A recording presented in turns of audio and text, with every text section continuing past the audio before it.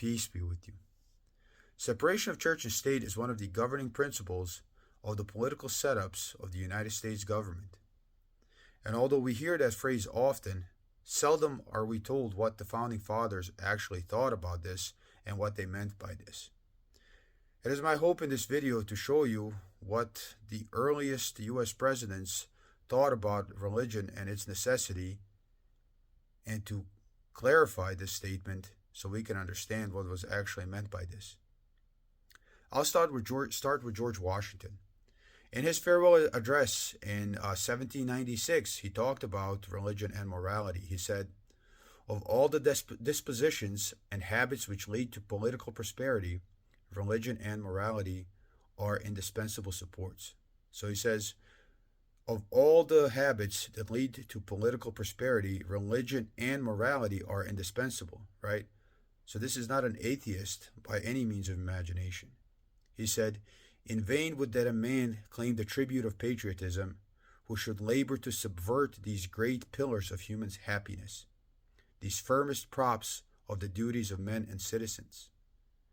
And let us with caution indulge the supposition that morality can be maintained without religion.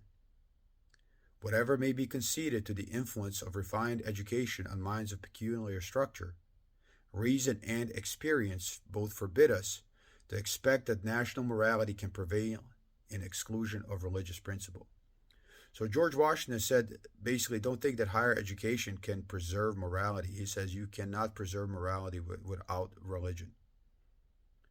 And although he was for separation of church and state, he was not a-religious. He thought that religion was indispensable because morality cannot be preserved without it.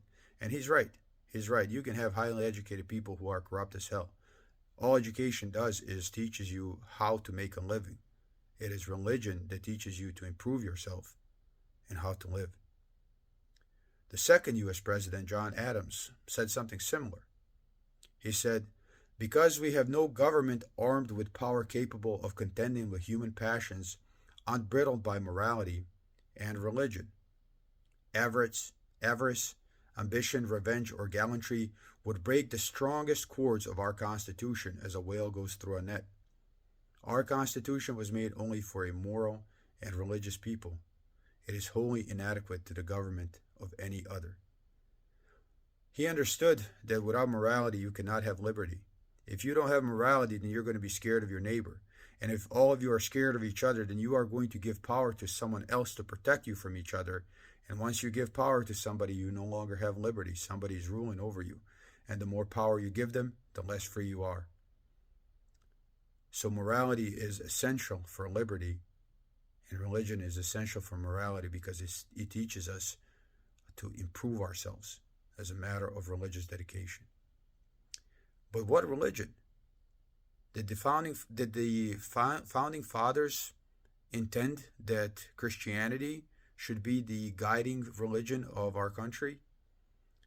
For that, we can turn to Thomas Jefferson, who in his autobiography talked about the Virginia Statute of Religious Freedom, which was passed in 1786 and was used as a basis for the Constitution of the United States of America. And he explains, "The bill for establishing religious freedom, the principles of which had, to a certain degree, been enacted before, I had drawn in all the latitude of reason and right. It still met with opposition, but, with some mutilations in the preamble, it was finally passed, and a singular proposition proved that its protection of opinion was meant to be universal. Where the preamble declares that coercion is a departure from the plan of the holy author of our religion, an amendment was proposed by inserting the word Jesus Christ, so that it should read, departure from the plan of Jesus Christ, the holy author of our religion.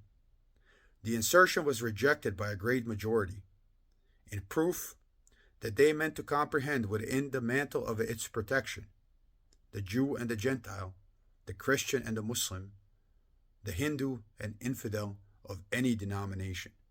So although they viewed that religion was essential to morality and morality essential to liberty, they recognized that freedom of religion means that anyone can pick whatever religion they desire. And like he said, the legitimate powers of government extend to such acts only as are injurious to others. But it does me no injury for my neighbor to say there are 20 gods or no God. It neither picks my pocket nor breaks my leg. The Founding Fathers realized that we need religion in order to be motivated to improve ourselves and be moral people, because liberty can only exist in a milieu of morality. And if we fail to do that, then we're going to lose our liberty eventually. And although they themselves claim to be Christians, they recognized that every single religion has that drive toward morality. So what they said is, let God decide you on the day of judgment between that. But in this world, we want morality. And if you can bring that with you, then you are accepted as a citizen of the United States of America. So when we talk about separation of church and state, what is meant by that is that we won't force you to be any religion that the state may think is the right one. But they all recognized that what you need is religious people if you want to have moral people. That's it. Peace be with you.